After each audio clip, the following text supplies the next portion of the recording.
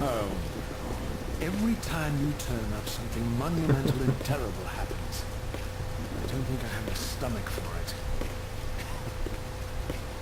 No drama this time, Raziel. You are persistent, crossing time like this to follow me. Still waiting for that coin of yours to land on its edge.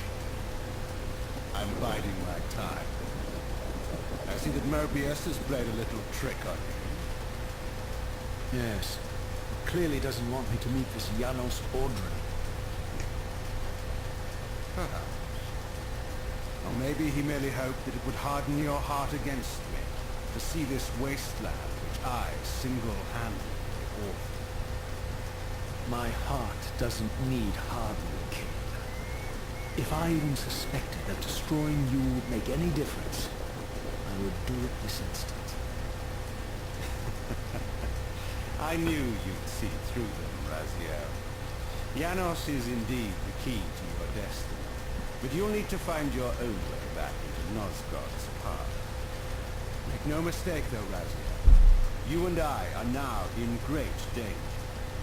We are irritants here. Malevolent forces are being marshaled to eliminate us.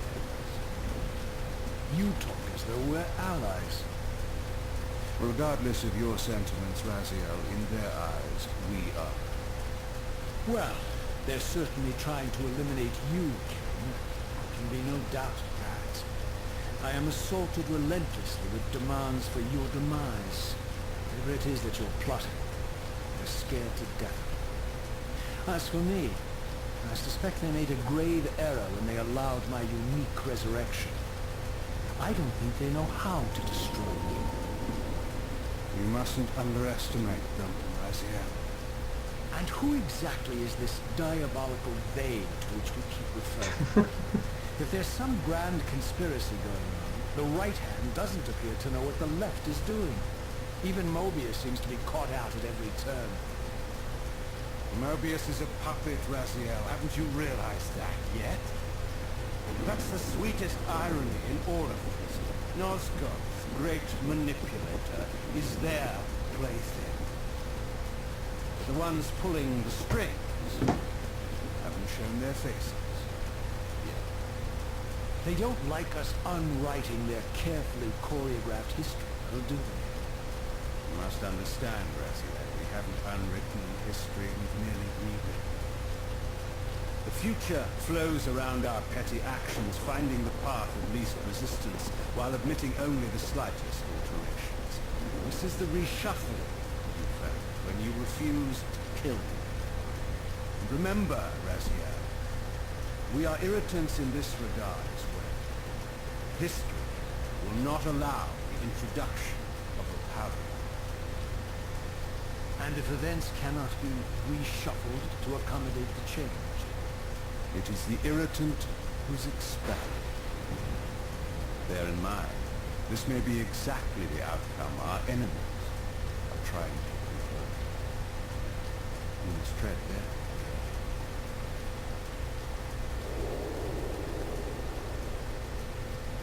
Okay. Did that make any sense? Pretty much, like Kain said, you know, earlier on when he used the metaphor of time being a stream of water. If you drop a stone in, you know, the water simply courses around it.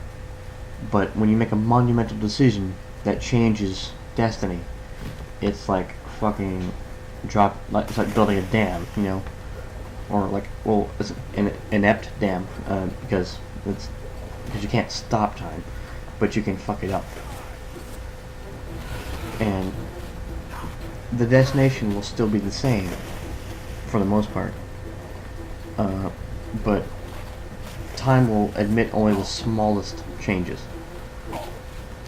So Raziel was meant to kill Kain in the chapel. He didn't. So what time did was, you know, history tried to fix it so he would still kill him. Yes, not, you know, later. So I tried to make an alternate route to the same outcome. You know? If that made sense to you guys, and ignore everything I just said.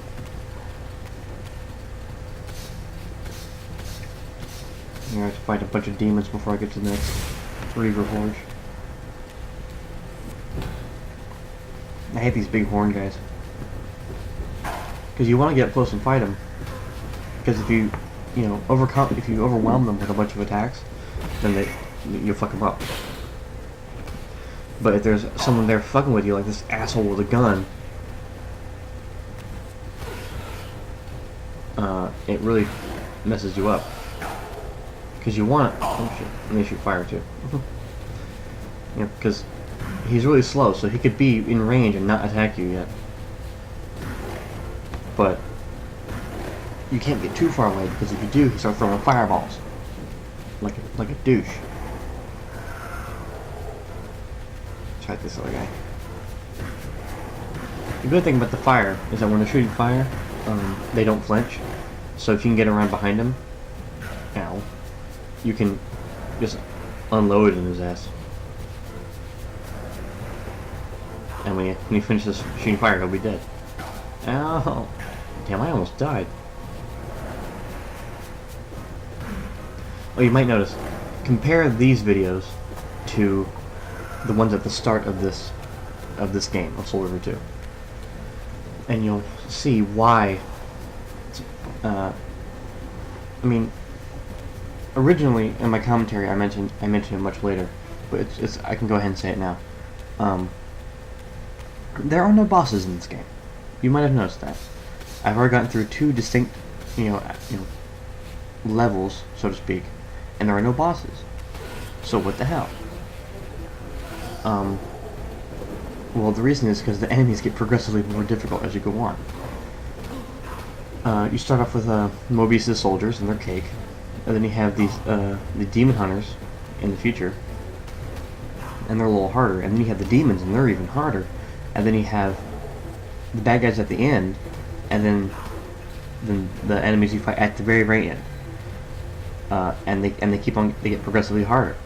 And a big reason why they get harder, ow, asshole, is not only do they wait for a shorter time before they attack, but they attack more often. And the biggest thing is that they're able to turn when they attack. If you go to one of Mobius's vampire hunters, and he starts to attack, sidestep, and you're fine. These vampire hunters these demon hunters can turn a bit after they started an attack, and so can these demons. However, the guys at the end of the game are completely fucking terrible, because especially the ones with pikes instead of swords, because they have longer weapons, right? And that felt nice. That was my neck. They can turn like up to halfway through their attack, so you have to wait until that point before you can try and get around behind them, which just makes it fucking terrible. I'm like, no. There's actually a point where, as I'm getting into this last portion of the game, that I just get completely fucked up by this one guy, and he beats the shit out of me. I'm like trying to get around him, I'm trying to hit him, I'm trying to block, I'm trying to do anything, but he's just beating the crap out of me, and I can't even get close to him. And here we go. We're gonna learn a little bit more about the winged race. Time for me to shut up.